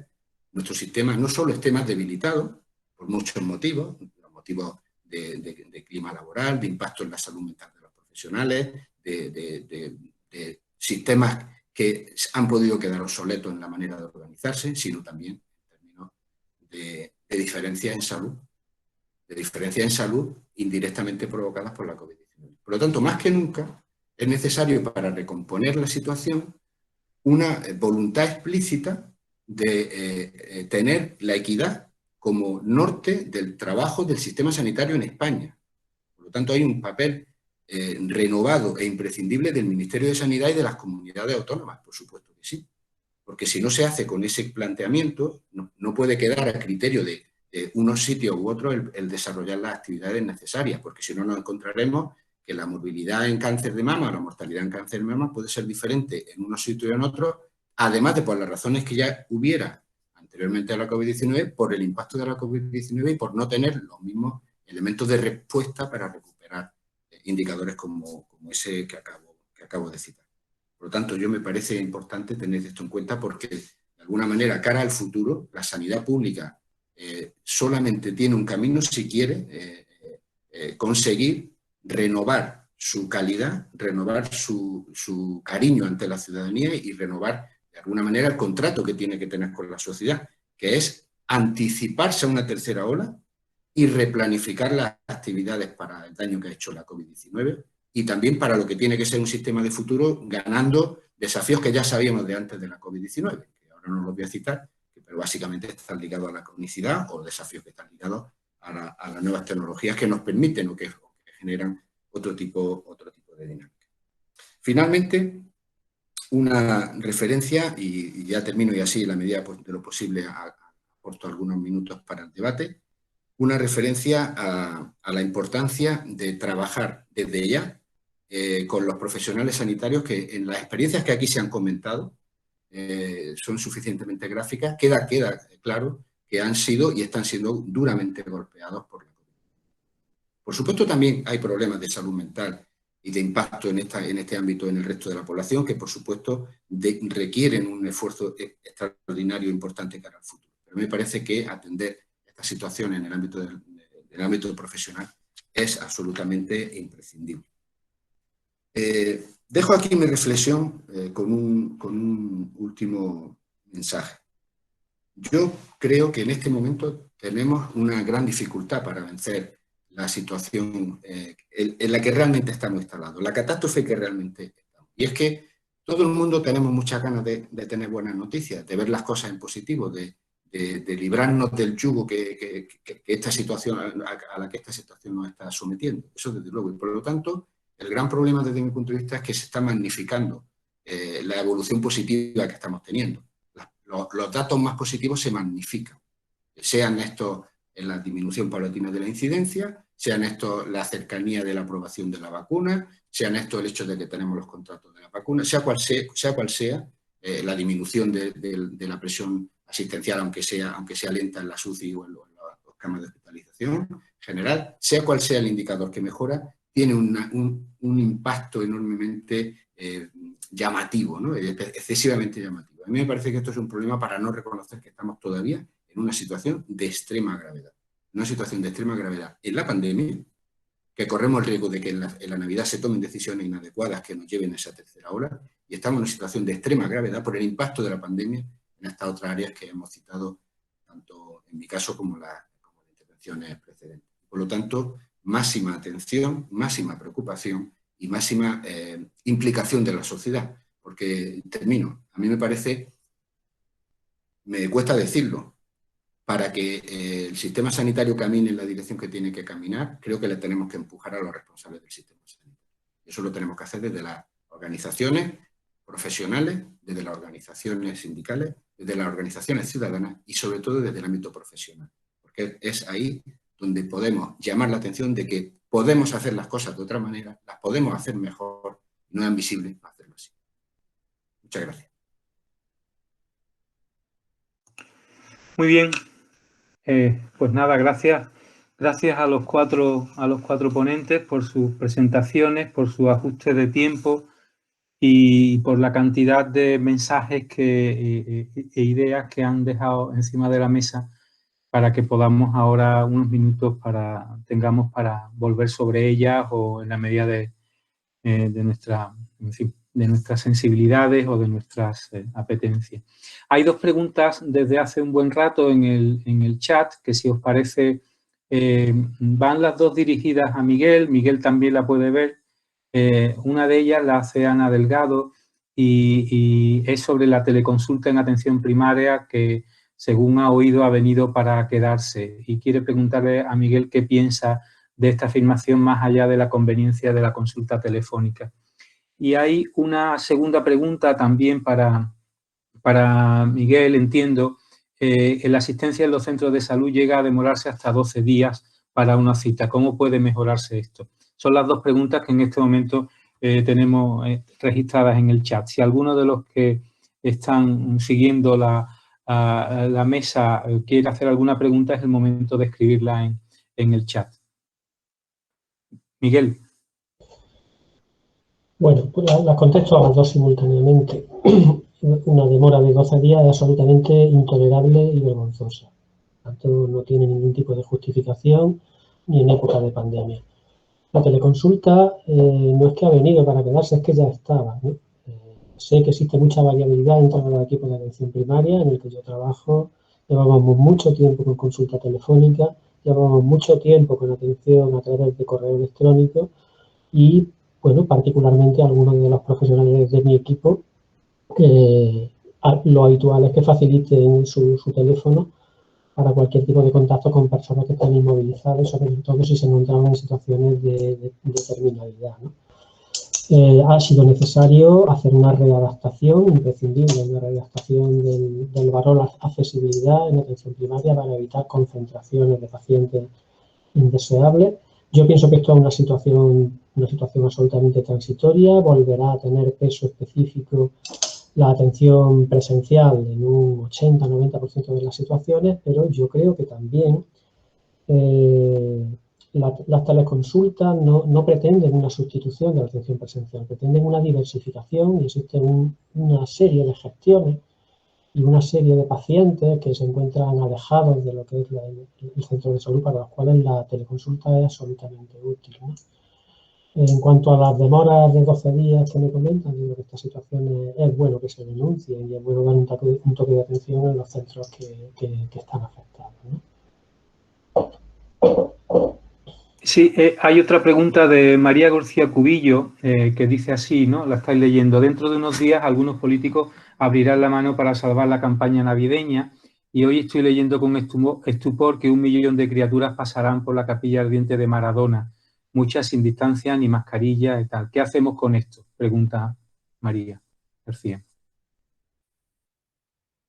Bueno, con respecto al tema de Maradona podemos hacer poco. Seguramente vamos a observar si es que los sistemas de información de Argentina son fiables, un incremento importante de la incidencia allí, tanto en casos positivos como posiblemente en enfermedad y en algún fallecimiento, ¿no?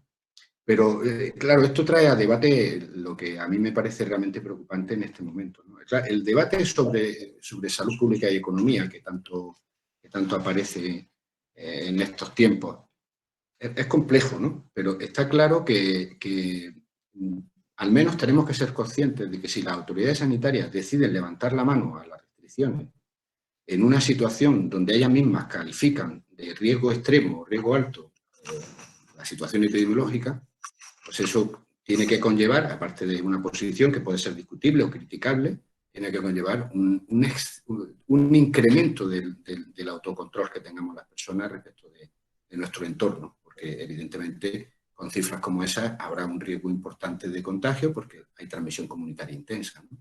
Por lo tanto, sí que es bueno también tener en cuenta que se puede hoy, de alguna manera, saber que en determinadas circunstancias a lo mejor no es aconsejable determinado tipo de situaciones, ¿de acuerdo? Por lo tanto, a mí no se me ocurre otra cosa que seguir reclamando mucha prudencia y mucho rigor en las medidas porque, tal como van las cosas, corremos un serio riesgo en España y en Europa de tener una tercera ola a partir de enero y un invierno muy jodido. ¿Alguna otra contestación? Creo que José Miguel Pérez quiere intervenir. Pérez Villar. Sí, efectivamente, le acabo de... José Miguel. Hola, yo quería, además de felicitar a mis compañeros por su exposición, aprovechar que está Pepe Martínez y preguntarle 2 cosas, desde su experiencia amplia en la gestión sanitaria a nivel nacional. Una es sobre el modelo de hospitales. Es decir, el modelo de hospital hay que volver a repensarlo. Cuando termine el coronavirus, que esperemos que no tarde muchos meses, pues vendrá el virus de Osaka o el virus de Nairobi o cualquier otra cosa. No oigo a nadie, debe ser que no estoy en los foros adecuados seguramente, pero no oigo a nadie hablar de cuál va a ser el nuevo modelo de hospital. Seguramente tendremos que hablar también de cuál es el nuevo modelo de atención primaria, pero en cuanto a lo que a mí me afecta, ¿no? ¿Qué pasa con el nuevo modelo de hospital? No puede ser el que teníamos pensado en enero o febrero. Y en segundo lugar, y un poco relacionado con esto, la crisis económica que viene, ¿no? Esa segunda, tercera, cuarta ola, la crisis económica que viene quizá también debiera redefinir cuáles son los objetivos del sistema sanitario, porque los objetivos, aunque se basen en principios, como tú has señalado, ¿no?, de equidad, etcétera, pero los objetivos van a estar un poco dependientes de cuánto dinero tengamos para gastarnos. Y parece, desgraciadamente, probable que no tengamos tanto dinero como teníamos hasta ahora. Entonces, seguramente no hoy ni mañana, pero en las próximas semanas o meses deberíamos también empezar a pensar en eso, porque si no, vamos a salir de la pandemia y vamos a estar desnudos otra vez contra el cuarto, quinto o sexto meteorito. Bueno, yo, en relación con el tema de recursos y de la crisis económica, nadie podemos pronosticar a dónde ni qué impacto vamos a tener en este ámbito, pero desde luego las cosas no pintan bien. Todo va a depender de cuánto dure la pandemia. Lo que sí es cierto es que podemos vivir una paradoja, y es que podemos estar 2, 3, 4 años con más recursos que nunca a pesar de tener crisis económica, porque la política económica que ha decidido el Fondo Monetario Internacional y la Unión Europea es anticíclica de inversiones masivas, ¿vale? Y de hecho, el año próximo, el 21, vamos a tener el presupuesto sanitario más alto de toda la historia, y probablemente el 22 y el 23 también. ¿Eso va a estar para siempre así? Pues seguramente no, o no lo podemos asegurar. No podemos vivir, por tanto, pensando que vamos a tener tantos recursos. Pero a mí el tema de los recursos me preocupa relativamente. ¿Por qué? Porque en los últimos 50 años, en cualquier análisis de sistemas sanitarios han demostrado que, a pesar de las crisis y los daños que han hecho, los sistemas sanitarios no se nos van de las manos en términos de gasto, ¿eh? Puede haber déficit, puede haber dificultades que no las niego. Y no me preocupa tanto eso como definir, como tú sí has señalado, cuáles son los objetivos y cómo debemos de caminar en esa dirección. Es decir, replanificar el sistema, redefinirlo, asentando lo que es sólido y modificando lo que sea necesario. A mí, en ese sentido, me cuesta trabajo poder responderte a la primera pregunta, porque tengo claro que corremos el riesgo de no tener previsión adecuada para situaciones similares a las que hemos vivido, pero también creo que podemos correr el riesgo de diseñar nuestros sistemas sanitarios para pandemias que a lo mejor no vienen nunca más, que puede que sí vengan, pero que no dejan de ser situaciones extraordinarias. Eso sí que merece una mirada de reflexión colectiva, aprovechando la experiencia que estamos teniendo para ver cuánto debiera y en qué debieran de cambiar los servicios sanitarios. Por supuesto que en primaria habría que hacer una reflexión también. Cuánto debieran de cambiar en el caso de los servicios hospitalarios y cuánto debiéramos de tener de previsión, lo que nunca hicimos bien ni en España ni en Europa, cuando después de la pandemia de la gripe A, suponiendo que podíamos tener otra pandemia, no fuimos capaces de tener unas mínimas reservas estratégicas de materiales de protección de profesionales o incluso de equipamientos para unidades de cuidado intensivo o incluso de formación rápida de profesionales. Merece la pena esta reflexión. Yo no tengo la respuesta, lo que sí comparto contigo, al menos a mí me pasa quizás lo que te pase a ti, que a lo mejor no hemos ido a los sitios adecuados. Yo no estoy viendo que esto esté siendo una reflexión ahora mismo en este momento en el sistema sanitario y habrá que hacerlo. Bien, otra pregunta. Rosa Medina Domenech pregunta si hay alguna iniciativa en marcha por las asociaciones profesionales sanitarias para incidir en las medidas que adopten nuestras autoridades.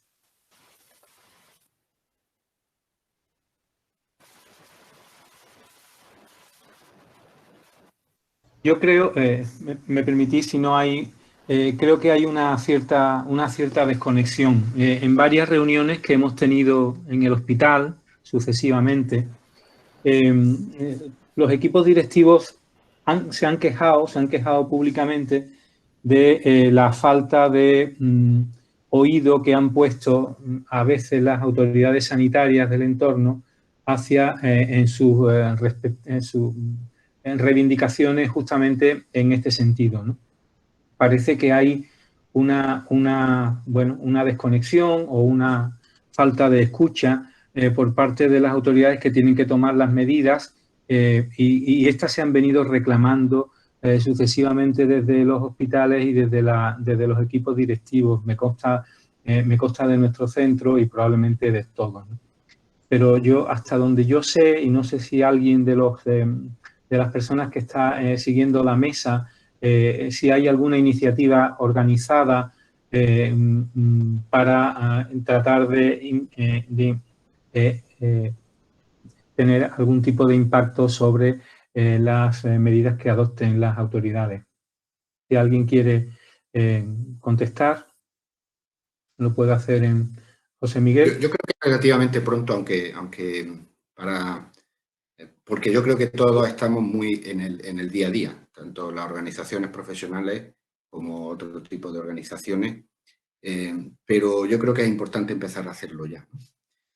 ¿Por qué? Porque aparte de los argumentos que estamos dando, a mí me parece que la sociedad nos puede perdonar al sistema sanitario no llegar a todo por la situación de ahora, ¿vale? Nos puede perdonar a quiénes somos nosotros, cada uno que lo interprete. Yo hablo como sistema público de salud que no está respondiendo a las necesidades que tiene la gente. Hay una posibilidad de que se comprenda que está condicionado por la gravedad, por la intensidad de la pandemia y por la priorización de la pandemia. Lo que yo no tengo claro es que no lo vayan a perdonar siempre. Si el sistema no responde a las necesidades en los próximos años, sobre todo a medida que baje la intensidad de la pandemia, pues seguramente habrá mucha gente que abandone el sistema sanitario, o si no lo abandone, lo dejará de querer tanto como lo quería antes y no lo abandona porque no puede. Entonces, aquí sí que hay que hacer una reflexión para todos aquellos que creamos que el sistema sanitario público es una necesidad para la equidad, una necesidad para el bienestar, una necesidad también porque es una inversión productiva. Yo creo que creo que es más necesario que nunca la aportación de organizaciones del tipo que estoy comentando, porque yo veo más débil que nunca a la estructura del sistema sanitario. Se han debilitado después de la crisis económica, en el caso del ministerio, pero podemos ir consejería por consejería, pero por poner cifras del ministerio, la congelación de la tasa de reposición al ministerio le ha supuesto 1.200 funcionarios menos desde el 2012 al 2018, ¿no? Y además de que pueda ser necesario más personal o más, también hace falta cualificaciones nuevas, es decir, la fortaleza de las estructuras de las administraciones públicas que deberían de liderar, impulsar esa orientación, la fortaleza es menor que antes, ¿no? Y el espacio de consenso es prácticamente imposible, ¿no? Por ahora. Y por lo tanto ahí hay grietas importantes que la capacidad que tienen muchas veces los sistemas sanitarios privados de armarse bien de tecnología puede hacer que esto no vaya por buen camino, ¿no? Lo cual sería un error, en mi opinión, para el país, porque si algo se ha demostrado desde la Segunda Guerra Mundial hacia acá, en general, con las matices que tenga cada país, es que sistemas públicos de salud fuertes han sido una gran inversión rentable para la sociedad, más allá de que la provisión sea todo pública o mixta, pero sistemas públicos de salud fuertes son una clave, ¿no? Y bueno, eso hay que trabajar. José Miguel, ¿ha levantado la mano o es la...? Perdona, debe estar subida de antes o ha sido fortuito, disculpadme. Perfecto, seguimos. Hay otra pregunta de Jesús Martínez que dice así: la fragilidad con la que llega el sistema sanitario a esta pandemia ha condicionado su respuesta, solo compensada por el altruismo profesional. ¿Cómo vamos a lograr recuperar la legitimidad perdida del sistema y la amenaza de pérdida de la hegemonía del sistema sanitario público? ¿Cómo nos recuperamos de esta? Es una pregunta que plantea Jesús Martínez. Bueno, desde mi punto de vista esta es una pregunta fundamental, ¿eh? Es fundamental por varias cosas. Yo estoy de acuerdo con Jesús en que nos hemos salvado esencialmente por la dedicación, generosidad y no abandono por parte de los profesionales sanitarios. Estoy totalmente convencido. La respuesta del sistema sanitario no se ha debido a magníficas líneas de la estructura de gestión ni otro tipo de elementos, ¿no? Y en este momento sí que se ha producido yo creo que una fragilidad en la confianza en la capacidad de resolución del propio sistema sanitario. Y hay que tener en cuenta que, bueno, yo creo que es importante señalar que el comportamiento del sistema privado de provisión no ha sido precisamente ejemplar. A mí no me cuesta nada decirlo, yo defiendo lo mío. El comportamiento de la medicina privada ha tenido mucho que desear, tanto a nivel global en toda España como a nivel de la ciudad de Granada, que es la que más conozco. Por no decir ya la obscenidad que me produce que en medios de comunicación en este momento se esté aprovechando para publicitar determinados seguros privados o que se esté publicitando la realización de determinadas pruebas diagnósticas. Vamos, me parece absolutamente impresentable ese comportamiento.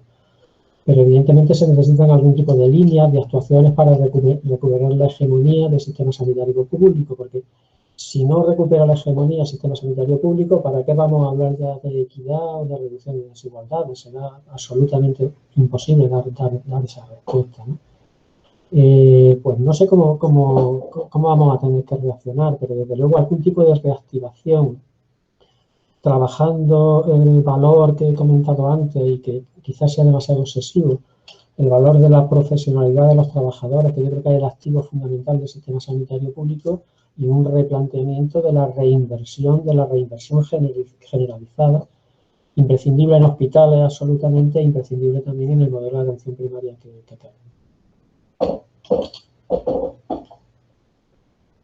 A mí me gustaría añadir, ¿no? Es decir, efectivamente es un problema serio del que tenemos que tomar muy buena nota, ¿no?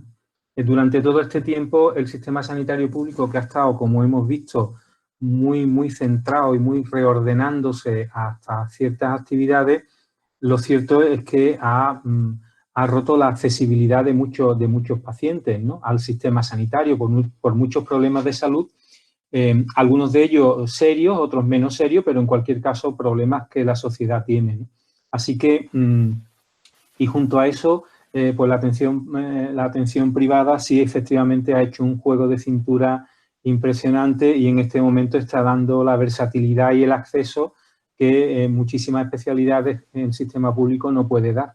Si a esto se une que efectivamente la atención privada la medicina privada está ampliando su capacidad tecnológica, no ya en Madrid o en Barcelona, sino en ciudades como Granada o en nuestro entorno, realmente si queremos, como decía antes Miguel, preservar un sistema y garantizar la equidad, etcétera, etcétera, tenemos que ponernos las pilas inmediatamente después o ya durante esta pandemia, porque si no, la credibilidad del sistema público y la hegemonía, como decía Jesús Martínez, pues probablemente vaya a quedar muy deteriorada, ¿no?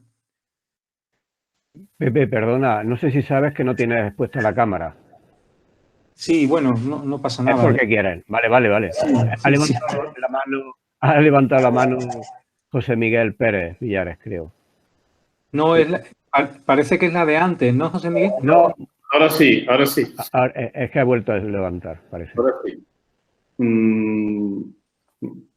No sé, debe ser que son las 8:10 y me tengo que ir ya aquí de este valle de lágrimas, pero vamos a ver. Altruismo profesional, sistema sanitario público, fragilidad. Vamos a ver. No teníamos la mejor sanidad del mundo. Lo que teníamos era los mejores profesionales sanitarios del mundo. Y tenemos a los mejores profesionales sanitarios del mundo peor tratados por el sistema. Entonces, el primer paso que hay que hacer es tratar bien a los profesionales. Y tratar bien a los profesionales es que tengan un contrato digno y un sueldo digno. Porque es que si no, estamos construyendo la casa por el tejado. Es decir, esa descapitalización del sistema, que desde luego ha sucedido en los ministerios o en las distintas consejerías, como señalaba Pepe, lo que está claro es que muchos de nuestros mejores profesionales se van fuera porque es que aquí no pueden vivir, no pueden desarrollar su proyecto de vida, no pueden tener hijos, no pueden educar a sus hijos. Entonces, igual que comentaba con Pepe, que no oigo debates, insisto, debe ser que no me muevo en los espacios adecuados, debates sobre el futuro del sistema sanitario, los objetivos, el modelo de hospital o de primaria o no modelo. Yo no estoy oyendo a nadie que plantee la posibilidad de mejorar estas condiciones laborales. Es que es básico. Si estoy totalmente de acuerdo con Miguel o estoy totalmente de acuerdo con Jesús, que hemos salido o estamos saliendo o vamos a salir de esta crisis, de esta lluvia de meteoritos a expensas de nuestros profesionales, lo menos que podríamos hacer es pensar o repensar para los próximos meses qué vamos a hacer con ellos. Todavía estamos pendientes de si el contrato es a 30 de abril o a 1 de junio y queremos que alguien que se ha ido a otro país y ya tiene su trabajo, su familia, sus colegios, sus países donde pueden investigar, donde se pueden dedicar a la docencia, ¿qué le ofrecemos para que se venga? en primer lugar. Y en segundo lugar, que también lo ha señalado Mary, vamos a ver cuántos alumnos vamos a seguir no permitiéndoles estudiar medicina y enfermería, con expedientes espectaculares. Con expedientes espectaculares y que no pasan la nota del corte porque es altísima, cuando sabemos que faltan médicos y enfermeras. Pero claro, estamos hablando de más de 2 años. Estamos hablando más allá de las próximas elecciones. Pero si vamos a planificar y hay un déficit de profesionales que ya ha quedado manifiesto en esta pandemia, empecemos a contar con esos profesionales. Pero más a corto plazo incluso, no a 4 o 6 años que te salga un enfermero, una enfermera o un médico. El propio sistema MIR o el EIR, me da igual si son médicos, si son enfermeras, psicólogos. ¿Cómo no estamos aumentando ya las plazas? Si faltan profesionales. Nuestros profesionales bien preparados, incluso dentro del sistema MIR, sean médicos, enfermeras, se van a trabajar fuera de nuestro país. Y como no vienen, contratamos a profesionales que no son de nuestro país, que no tienen esa formación para cubrir los huecos, los déficits que tenemos. Pues insisto, no oigo a la gente hablar de esto. Vamos a aumentar. ¿Cuál es el proyecto para tener profesionales en número adecuado, con formación adecuada y con unos contratos adecuados? Eso debería estar en el debate, porque es que si no, este debilitamiento del sistema se va a ir prolongando en el tiempo y las siguientes amenazas van a tener menor capacidad de respuesta. Mirad, son las 8:18 minutos, 17 minutos. Hay 3 preguntas todavía. Si os parece, podríamos contestarlas, bueno, de una manera ágil y si os parece bien, pues podríamos concluir la mesa a la hora prevista. Hay una primera pregunta de Teresa Martínez Cañabate que dice así: ¿cómo se podría hacer visible la heterogeneidad y desigualdad en la atención a la población realizada desde diferentes centros de salud y las consecuencias para la población? No sé si... Solo puedo contestar yo. Solo se puede hacer visible con una adecuada gestión de la información, que también es uno de los grandes hándicaps que tenemos en este momento. La dificultad que tienen las estructuras de gestión para saber exactamente qué es lo que está pasando en cada uno de los equipos de atención primaria. Esa es una cuestión fundamental. Eso le correspondería hacerlo al sistema sanitario, Ministerio y Comunidades Autónomas, tanto conjuntamente como cada uno en su ámbito, con las organizaciones profesionales tipo sociedades de calidad, sociedades médicas. Es decir, hay que hacerlo. Si no, habrá que hacerlo de manera autónoma, porque sí que es importante y se puede medir el impacto que está teniendo la respuesta a la pandemia en los diferentes sitios, no solamente en términos, digamos, de otra naturaleza, sino fundamentalmente por aprender de las buenas prácticas. Es que aquí pueden quedar muy buenas prácticas para situaciones similares que podamos tener en el futuro. Y además porque todavía no ha terminado la pandemia, y por lo tanto saber cómo se está haciendo para aprender de dónde se esté haciendo bien cualquiera de los abordajes, todavía puede ser imprescindible para esta pandemia.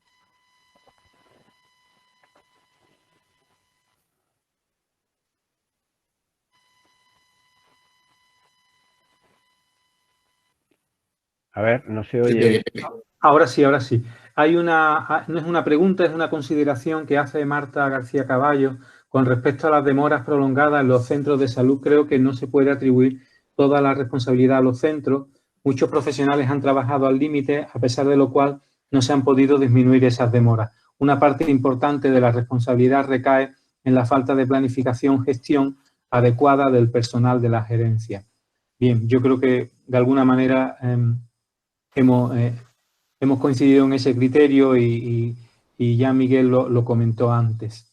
Tenemos otra pregunta de José Hervás Sánchez, que es médico jubilado, y dice así: estoy haciendo el curso de rastreador, pero la foto del periódico con 12 médicos jubilados que van al clínico a trabajar juntos, me figuro en una sala, ¿es una opción razonable? ¿No acabarán infectándose muchos? ¿No habría que llevarlos a otro sitio en el propio colegio de médicos? ¿O es que solo querían los responsables la foto del periódico? En fin, no. Bueno, me gustaría contestar, si me permitís. Vamos a ver, eso es una foto, evidentemente una foto del periódico. Yo no sé, me imagino que mis compañeros del Hospital Clínico San Cecilio, igual que en el Hospital Universitario Virgen de las Nieves, las cosas se hacen bien y los contagios se evitan. Os digo, nosotros tenemos ahora mismo a 13 personas ayudándonos. La mayoría de ellos son patólogos, anatomopatólogos, que ellos no pueden ayudar en COVID por su tipo de trabajo, y entonces les hemos enseñado, los hemos formado en la declaración de COVID y están declarando la enfermedad al sistema de red de alerta, cada uno desde su puesto de trabajo o desde su casa si están alguno en teletrabajo, sin problema ninguno. Tenemos también 2 médicos jubilados ayudándonos, uno desde su casa y otra se ha incorporado temporalmente y luego va a trabajar también desde la casa en nuestro servicio con todas las medidas. Y deciros que la foto, lo que hablábamos de la prensa, que la prensa también tiene que aclarar que será una foto de deciros pues que las noticias positivas en estas pandemias también son importantes, la colaboración de los profesionales jubilados o de otras especialidades está siendo fundamental. Como decíamos antes, creo que José Miguel lo decía, como el hospital se convirtió en un hospital 90% COVID, las profesiones o los profesionales de urología o de cirugía general o de endocrino han estado apoyando a los COVID. Entonces, de verdad, si tenemos que sacar una noticia positiva, es que la colaboración, la integración de todos estos profesionales en equipos multidisciplinares ha sido exquisita. Y los jubilados que nos ayudan, por supuesto que se guardan todas las medidas, no os preocupéis. Gracias.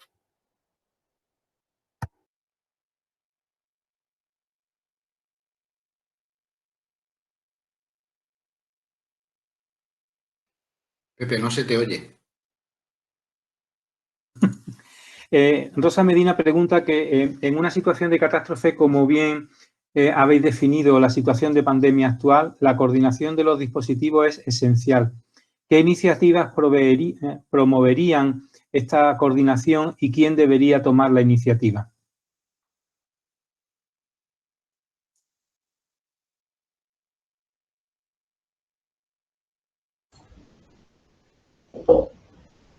Bueno, en lo que a mí me toca, las iniciativas de coordinación deben de iniciarlas las propias estructuras de gestión, pero sí tengo que reconocer que estamos en una situación mejor que la primera oleada. Yo entiendo que el nivel de la capacidad de respuesta de apoyo, por ejemplo, que tiene el hospital en este momento hacia atención primaria en la segunda oleada ha mejorado muchísimo, ¿no? Se han fortalecido mucho los procedimientos de teleconsulta resolutivos en muchas especialidades. El apoyo que hemos tenido por parte de los servicios de análisis clínicos de soporte ha permitido dar una respuesta extraordinaria a la realización de test diagnósticos. Lo que pasa es que falta todavía mucho de caminar. Incluso la propia elaboración de protocolos de actuación, de protocolos de derivación de pacientes, también ha mejorado respecto a la primera oleada de pandemia. José Miguel ha levantado la mano. Pérez. Puedo compartir con vosotros que desde finales de febrero, desde la última semana de febrero, se creó al menos que yo conozca, un comité provincial de crisis. En ese comité estaban incluidos Delegación de Salud, Salud Pública de Delegación de Salud, los gerentes de los distritos de primaria, los gerentes de los 4 hospitales públicos de la provincia, está también los gerentes de los 2 hospitales privados, San Rafael también, y los 2 jefes de servicio de las 2 UCI grandes, la del Hospital Clínico y la del Virgen de las Nieves, así como la Dirección Provincial del 061. Y desde ahí se han coordinado aspectos logísticos locales y, bueno, concretamente por señalar parte de su actividad, cuando se estuvo planteando el confinamiento en Granada, si no, cuándo, os puedo decir que al menos desde ese grupo de trabajo provincial se insistió en una línea que iba más dirigida a un confinamiento, que creo que finalmente fue escuchada, pero finalmente, no inicialmente. Y el problema es que en estas ocasiones el retraso de semanas, pues yo entiendo que nosotros tenemos una visión más técnica, más profesional o más local, y los que toman las decisiones en Sevilla tienen otros elementos de contraste para toma de decisiones, y seguramente el timing sanitario a veces no coincide con el timing político. Pero puedo decir que ese grupo ha hecho todo lo posible por coordinar. Lo que pasa es que tenemos el margen de maniobra que tenemos, ¿no? Parece también de cierta lógica que en una situación como esta se intenten no solo coordinar las cosas desde Granada, sino que desde Sevilla, en toda Andalucía o de Madrid a toda España, ¿no? Pero sí había al menos un grupo que ha intentado trabajar en las líneas en las que preguntaba Rosa.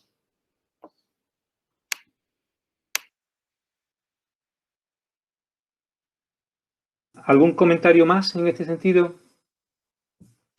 Yo solo diría en medio minuto que deberíamos de no volver a tropezar en ninguna nueva piedra y anticiparse a la evolución de la incidencia y al daño que pueda hacer es posible. Tenemos ya un instrumento, que es el semáforo, y cuanto más nos anticipemos, menos enfermos va a haber y más muertes vamos a evitar. Porque la factura que hemos pagado, en una parte, podría haberse evitado. No sé si José Hervás ha levantado la mano. Bueno, la levantó al principio, luego tiene un comentario, ¿no? Pero vamos. Sí, la levanté al principio, pero como luego me pedisteis que le hiciéramos por el chat, pues lo hice en el chat. No sé si me habéis oído. Sí, perfecto. De todas formas, José Hervás tiene un comentario, ¿no? Antes del de Rosa Medina. Sí, bueno, ¿no? Sí, bueno. No, son dos. Es que son un dos. Segundo comentario. Sí, en Navidad el asunto es salvar vidas, no salvar cenas, pero esto no está aún socialmente aceptado. ¿Por qué? Se pregunta.